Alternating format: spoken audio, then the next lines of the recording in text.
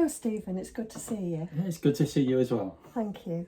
Last time you talked about your childhood in Bolton, Lancashire, and in your late teens, founding the Manchester, Bolton and Bury Canal Society. We'll discuss more about that later.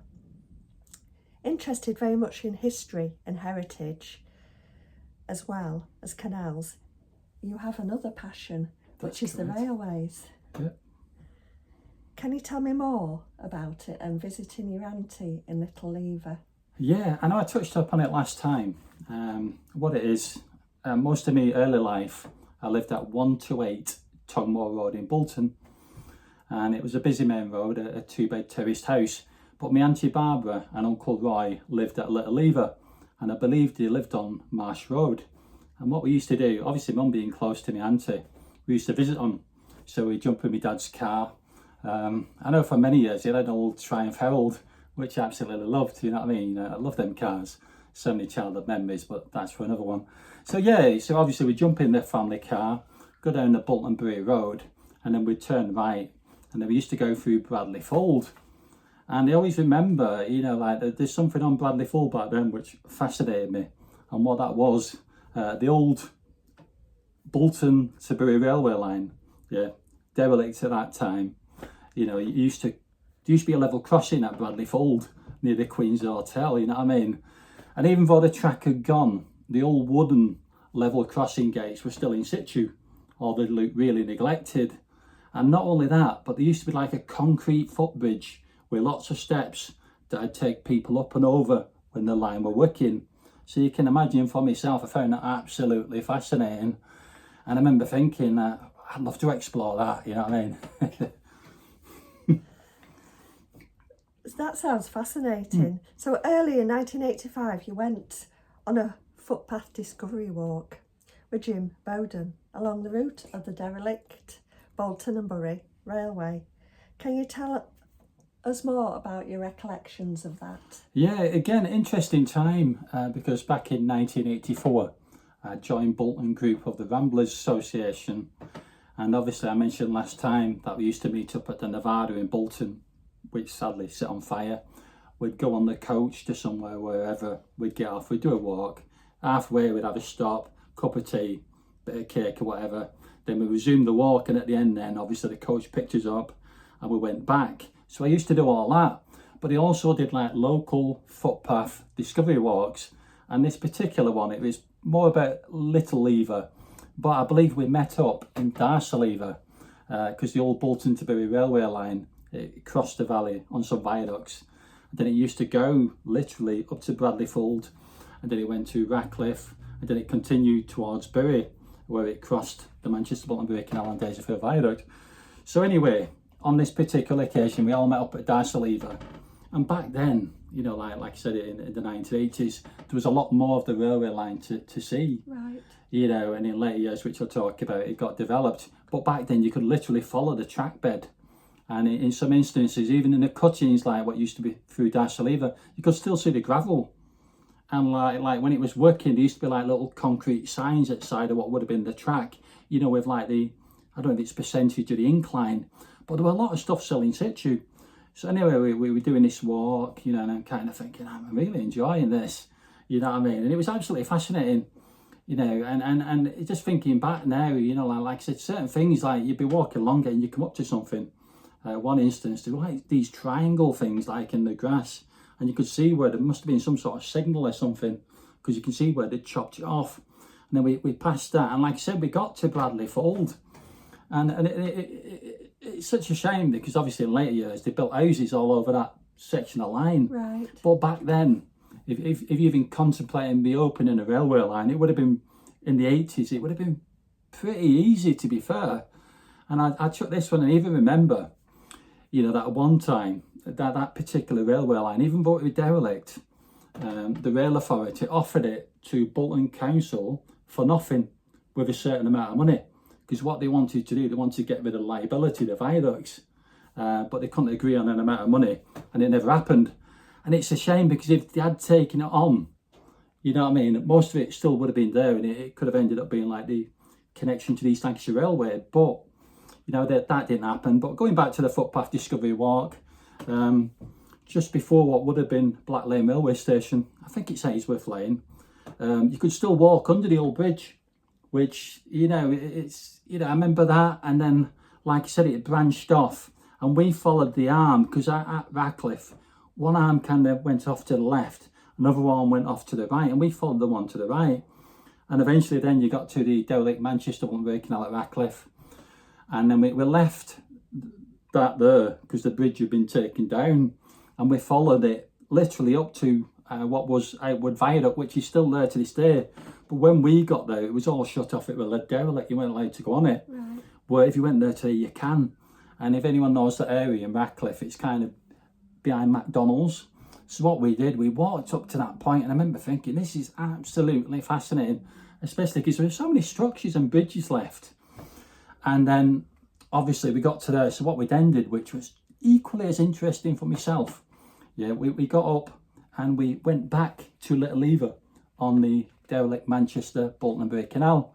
So you can imagine it was like a circular walk. You're going out on an old derelict railway line and you're coming back upon the canal. So it was an absolutely fascinating walk, and it really did fuel my interest in not only history, be it railways or canals, but an absolute passion for exploring our forgotten heritage. So a few years back, you objected to a housing development on the infield cutting near Radcliffe. Can you expand on that for us, please? Yeah, again, like over the years, I've always retained an interest not only in railways, derelict railways, but trying to protect them, because it's such a shame that, obviously, and I won't say Dr. Beeching because he didn't have anything really to do with the Bolton and Bury Railway, but it's so sad that we couldn't have, if we could have just protected the routes, even back then, if it was just as a walkway, like where people could cycle off-road, which was safer, these things will still be around today. But what happens is, you know, like, I suppose land is worth money, housing developments, and I got wind because he used to monitor, and I suppose you could call me a bit of an anorak really, but anything threatening railways or canals, like I said, I used to get planning lists, and anything at all, I'd like check it out. And in this instance, I found out, well, one of the first things I noticed were, I go in through Radcliffe and there was this big for sale sign near the site of the old Black Lane railway station, which were long since gone, and this beautiful prominent mill. And it had the details of the agent who was selling it. And I remember thinking, that's interesting. So I phoned up, as you do, being a potential buyer, which I wasn't, I was curious. And I think they wanted about 30 grand for it. Right. But what it was, it wasn't a big section, but it would have been a cutting originally that got filled in. And it's a shame because you had a right nice bridge as well. And anyway, you know, I got wind of this because it's like anything, you know, like you've got to let the land, you can't just fill a railway cutting in because you've got to let it settle. And it's got to be like that for a good few years before you can even contemplate developing it because of crime movement. And anyway, I got wind of it and I felt sorry for it. So, you know, if you know me, what did I do? I objected, and I did this big long reason why it shouldn't go ahead. And that was because of the potential in the future of reopening the Bolton and Bury railway line. And I must have done something right because that planning application got rejected. Fabulous. So again, I was chuffed, and it almost felt like David and Goliath, you know what I mean? Because it was kind of me. And these companies have got like agents, they've got all these like, I'm not saying fancy people, but they get paid a lot of money for pushing these developments through. So in that instance, I did actually save it. Sadly, as years go by and, you know, like other interests develop, they did eventually develop that little bit. Right. But, you know, like I did try, and I prolonged it anyway, you know what I mean? It lasted that bit longer. Yeah. But it's like usually money talks, you know what I mean? If they offer money to improve the area, I think councils eventually bend. But saying that though, what didn't help, because like go back to Bolton at Bradley Fold, because Bolton allowed all that development on the old railway line, the houses on the old track bed, I don't think that did us any favours. No. Because if Bolton had kept it open, it probably would have been one long continuous walk, you know, between Bolton and Bury. Okay. So the fact that it had been obstructed meant they couldn't really, not, obviously it's down to planning rules, doesn't it? But that didn't help. Because I was saying, well, look, in the future, you might want to do light rail, you might want to do this and the other. But as soon as you obstruct a railway line, it makes it that much more difficult to try and save what's left. So I did try, I did succeed, but then money talks, doesn't it? Well, you had another big success, didn't you? Can you tell me a little more about how you saved Darcy Lever and Burnham viaducts from demolition? Yeah, it's kind of folklore, isn't it? Because not a lot of people actually realise, you know what I mean? Because like anyone who knows the area, like Darcy Lever, you know, like go back in time, we used to have Damside Aqueduct, absolutely beautiful aqueduct. I never saw it because I was born in 1970 and that got demolished in 1965, and that was a tragedy. So we lost that.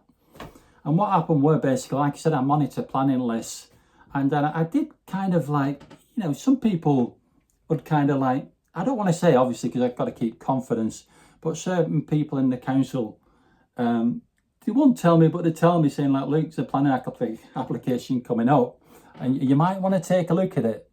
You know what I mean? So they were a bit coy what they said, but then I thought, all right, I'll have a look at that.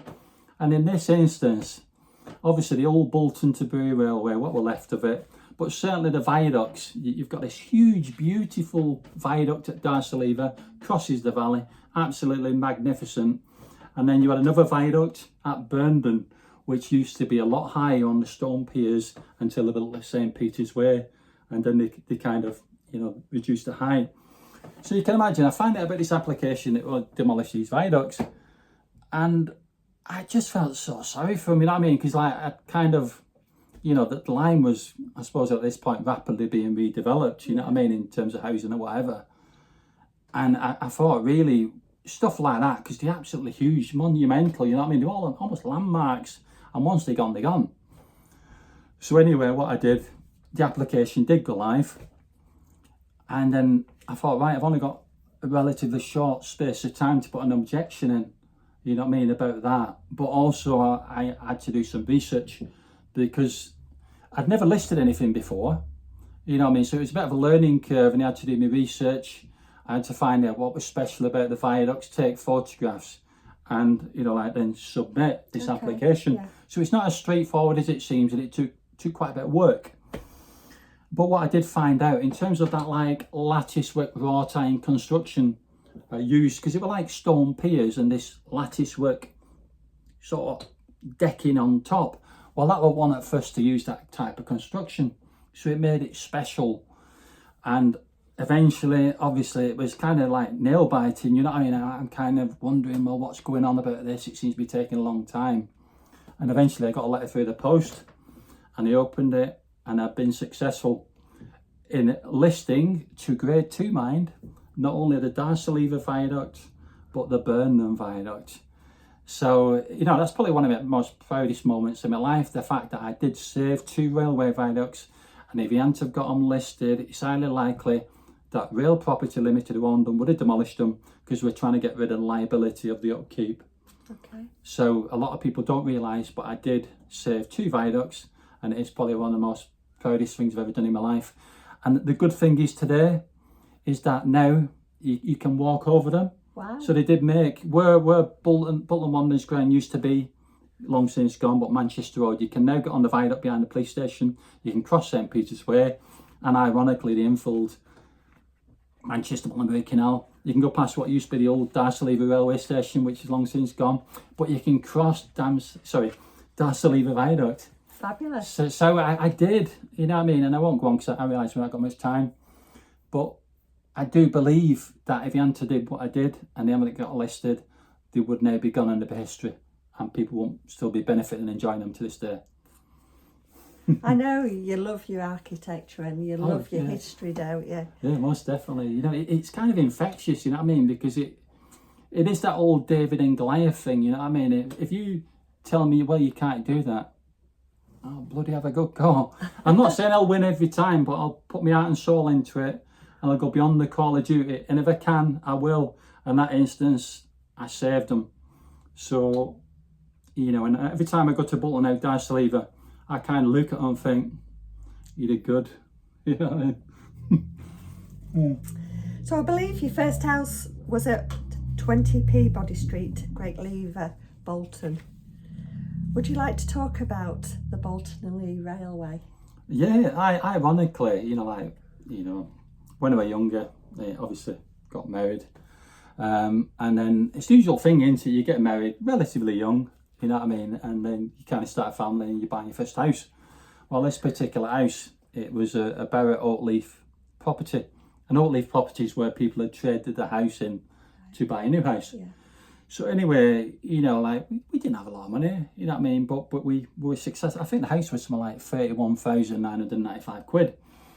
But when we went viewing it, what interested me about it was, even though it was Great Lever, which was quite industrial, yeah, you had this park at the end of the street, so you had green spaces. But the house itself, it was like handmade brick. It was 3 stories at the back, and it was very quirky.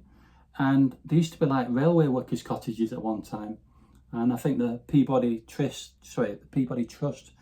owned the whole street. Right. And it was still one of them period streets, you know what I mean? It's like cobbled. It, you know, you couldn't just put like the wrong window frames, and it had to be done a certain thing. And so anyway, you know, like obviously moved in, and as you do, you start exploring. And I soon realised that where we were living was very close to the Bolton and Lee Railway. Well, the Bolton and Lee Railway had been gone for a very long time, but it used to start like Great Moor Street Station in Bolton, and it used to wind its way up. And then it got to a point where one arm went off to the right up to High Street, and it was like an inclined type thing, and another one went under, I think they call it Bobby Legs Park, in a tunnel. But not only that, one went straight across, and eventually that went up to Plodder Lane, and the other one went to the right, and then it curved up to High Swan Lane, and then it went to Holton Lane, etc. Okay. So you can imagine like having this passion for history and suddenly discovering that you've got quite an important, if you look at the history of railways, it's one of the earliest railways. You know, absolutely fascinating. You had these inclined rope, you know, like pulling the bloody carriages up and all that. Absolutely fascinating. So I started exploring it. I started collecting original photographs, but not only the photographs, the original negatives. So I probably got and it's not a boast, it's just fact, that I probably got one of the best collection of Bolton and Lee Railway negatives. And the same with Bolton and Bury out there. And at some point in the future, I probably will publish a book on that, because it's absolutely fascinating. And like you say, as the name suggests, one arm went to Lee, but the other one went to Plodder Lane. It went through Little Alton, it went through Walkden, and eventually then it ended up at Manchester Exchange, which in later years became GMEX. So absolutely fascinating railway line. Parts of it are still, you can walk along it in Salford. And I found it absolutely fascinating. And what I did with that later on with the advent of Facebook, only to get people interested in, because it was completely forgot about. Yeah. Even though it used to be a railway line, most of it was just derelict land and they wanted to build on it again. So I formed, Bolton and Lee Railway Society, but more as an informal group really, where I could post photographs, post my research, people joined it, and it's still going to this day, as in the Facebook page. But like most things, being realistic, they did do a lot of damage to it in terms of building houses on it.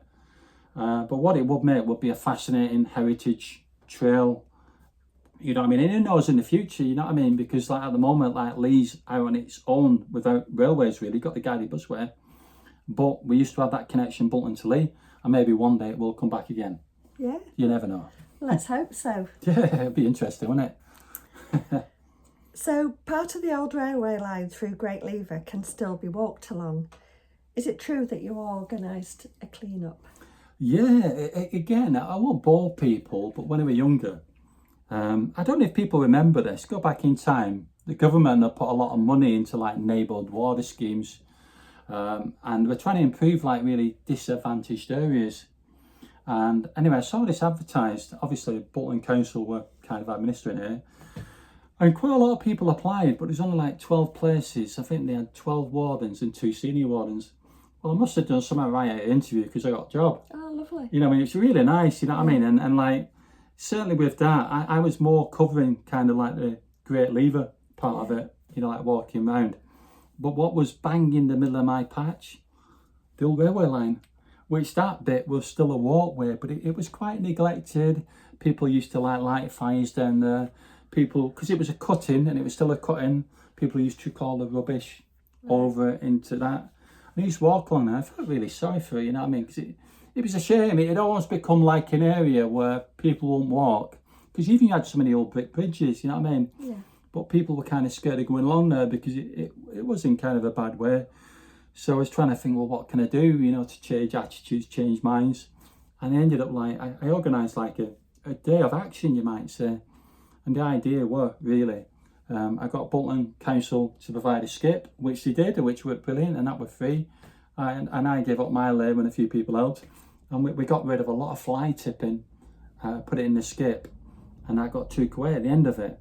It was a vast improvement. I did notice, like, obviously as a neighbour warden, that people did start using it again. Right. So I'm not saying that was the catalyst of, you know, people going back on it, but certainly people did return to it. So that was quite good as well. So in that instance, you know what I mean? Like you see a problem and you don't just ignore it, you do something about it. Yeah. And sometimes it could be something like that, which you can affect change. And then I think later on they did get more money to do up a bit. And it's ironic now, because I won't bore people, but probably in the last 12 months they're talking about doing this, like this, you know, like because of congestion. It's almost like robot carriages, you know, taking people from Bolton Town Centre to the infirmary. Right. And they want to use that whole part of the railway line. Oh, wow. So, you know, it'd be driverless carriages. I think that's what I'm getting at. I don't know if it got passed, but there was certainly, I think, a planning application had gone in. Yeah. So I'm not even sure where you do it. It could be High Street, couldn't it? But the idea is they want to use part of the old railway line as these driverless carriages to get people to the infirmary. Yeah. So wouldn't that be ironic that railway went all them years ago, and it's kind of coming back, and like I say, robots will be driving for you. Wouldn't that be fun?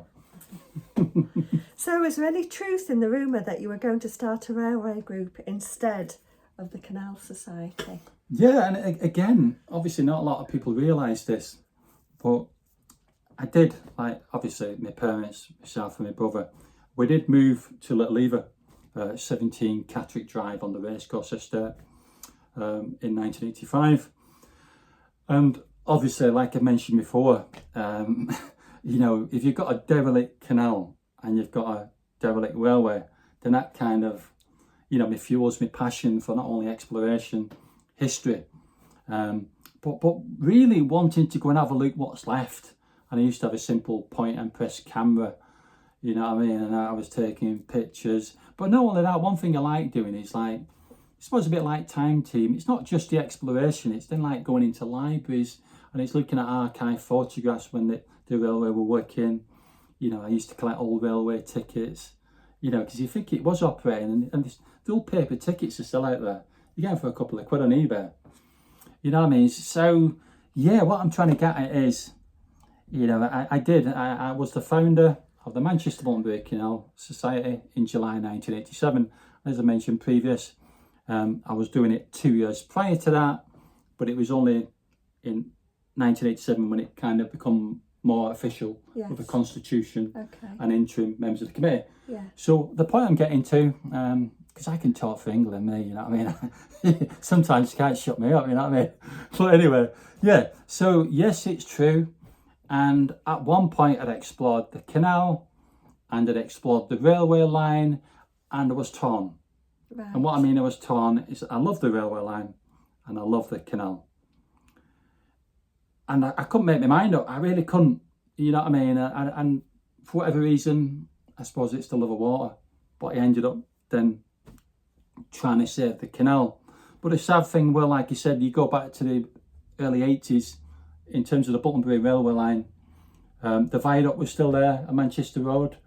The little stone accommodation bridge was there, higher Darcy Street. They hadn't built on it. Most of the cuttings were there. What I'm trying to say is it was predominantly intact, and you could walk it pretty much all the way through Radcliffe. And like I mentioned earlier, that particular railway line still, you know, it crosses the valley on Daisy-Field Viaduct. So the old derelict Bolton and Bury railway line, which is now a walkway, that little bit, yeah, it crosses the now infilled Manchester Bolton and Bury Canal. So yeah, you know, I could have formed the Railway Society, and maybe, I'm not saying I would, but I could have been objecting to applications, you know, planning applications to develop it, yeah, and maybe I could have saved it as a walkway. And it's just sad, really. But like I said, yeah, I didn't do that, but I did save 2 viaducts. Yes. And I did fight that development at Radcliffe and won. So I must have done something right. You know what I mean? So yeah, canals, railways, absolute passion. You know what I mean? And if I won the lottery, I'd probably, I'm not saying I'll try and reopen a section of canal at, railway at Derelict, but the site of Derelict railway station, I remember back then it was quite derelict, and you could kind of just make it the foundations where some of the station buildings used to be. But wouldn't it be nice if you could put a little bit of the railway track back? Yeah. You know, just as like a heritage. You know, it'd be fascinating. But that's for the future, innit? So I know you love your writing and you Yeah. write regularly. You became an author at a very early age, didn't you? Yeah, I did actually. Yeah, like you said, that's kind of where I leave the railways for now, and I talk, I suppose, more about the Manchester, Bolton and Bury canal. But yeah, like you said, obviously, you know, like moved to Little Lever in 1985. This absolute passion for exploring. Like I mentioned previously, I managed to get this old Manchester A to Z street atlas, which, even though the canal had been filled in and built on in the A to Z street atlas, it still showed the route. Yes. So you can follow it. Yeah, like there might be odd diversion, but what it meant is you could get from A to B. Okay. And like I said, I'd either walk along it, you know, like I'd cycle along it on my little roadster. But what I'm getting at is, I used to take notes. So say we're walking along it, whatever, you know, be it towards Ringley, I'd take notes of things that interested me, what were left. But not only that, I used to have this, it was a little Kodak sort of point and press camera, where you still had to put films back in there. Don't you remember that? I do. You used to get these films, and you used to open back at camera, put your film in, shut it, and then you press it. And then when your film were full, you had to take it to a chemist in Little Lever and get them developed. Right. And sometimes I think it used to take about a week. You know what I mean? But the good thing about that, because not only did you get the photographs, but you got negatives as well, which I thought were right good.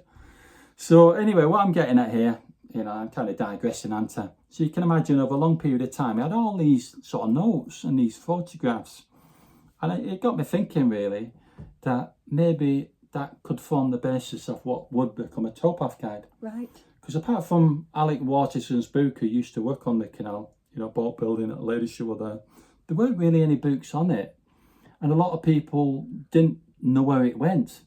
Because, for example, like I said, if you were at the bottom of Presteley Locks and you're walking towards Ringley, the water suddenly stops. Okay. And it's overgrown. So what it was, ultimately, like I said, it became the basis of a towpath guide.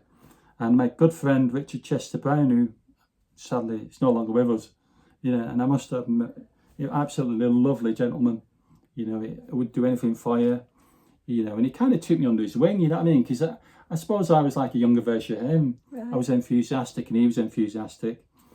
And we used to go exploring like derelict canals. And not only that, I used to have like a little pontoon type boat called Brevet.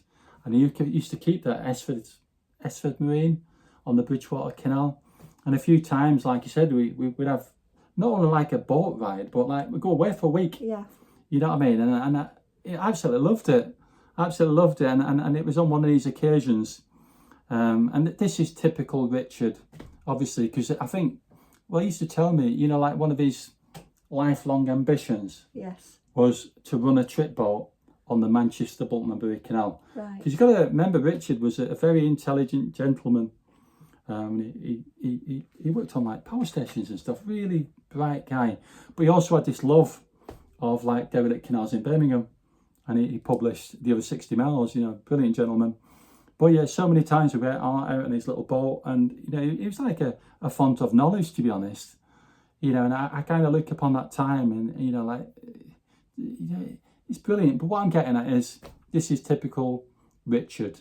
Yeah, he knew that, you know, obviously he was interested in restoring the Manchester Bolton Canal. Yes. He had this ambition, so he saw this pontoon advertised, and I think they've been used as a bit of a workflow at a boatyard. I think a good way down. So Richard, being Richard, he took his boat all the way down there, Brevet. He bought this pontoon and literally pushed it back. Right. Pushed it all the way back to Lim Hesfords.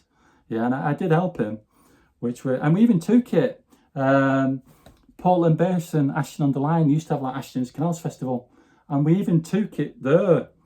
You know what I mean? And someone took a picture and it ended up on the front cover of the Manchester Mulberry Canal Society newsletter. Oh, fab. And so you can see how Richard had this hat on, you know what I mean, and that. Yeah. But what I'm getting at is that eventually this boat was taken at the Matthew Fletcher pontoon. Yes. That's what the name of it. It got taken at Esfords on the Bridgewater Canal. I remember helping Richard kind of de-rust it, you know, like trying to get all this wire bush in it, painting it up. And then it got transported and it got put in at Ratcliffe. Right. So the Matthew Fletcher pontoon were the first vessel the Manchester Mulberry Canal Society. They didn't own it, Richard owned it. Yes. But he kind of loaned it to them on a long-term loan. And that boat, it was brought into use, he used to put his outboard engine in, and it was brought into use as the first whip boat along the canal. Okay. And it did sterling service, you know what I mean? You know, not so much health and safety back then, but obviously you had to get permission off British Waterways, various things. But we used to use that, and we used to go in it, used to have like kebs, pulling the rubbish out, pulling the wood out. But the good thing is about that, you see, you could go up the canal, and by using the outboard, because there was always that issue with weed on the Bolton and Bury. It's relatively shallow because it needs dredging. But not all of that. It was brilliant because say you were going up canal and there was a big piece of wood, you could drag it into your boat, and then you could turn around that wind it all like up at, well, the Farmer's Arms, and then you could come back. Right. So what it meant is then you could get it back to Ratcliffe Wharf, tie the boat up, and then manhandle it. And later on, like I said, they used to get skips. Okay. You know what I mean? So what I'm trying to say, it was the first, you know, like the first whip boat. Once a year, it used to get cleaned up, and it was used as like a temporary trip boat. Lovely. You know, and give people rides along the canal. It was absolutely fascinating. We need to kind of wind it up. Stop it there. But it's funny, isn't it? Because, like, you know, there's all this stuff in my head, and I suppose I've got to get it out, I know. but there is, you know, Richard, you know, salt of earth, absolutely lovely gentleman, and I do miss him, and he was my friend. Yes. You know what I mean? Absolute, you know, and he was so clever, a brilliant guy. You know. So we've covered quite a lot today, Stephen. Yeah, but I know there's more coming because you were wanting to tell me more, but we've run out of time now. Yeah. Would you be happy to come back again and tell us some more? Most definitely. And I think that's what's nice about this, because Anne can give me some prompts with the questions, but then, like, as I'm talking about it, I'm remembering more stuff. So there's like no scripts.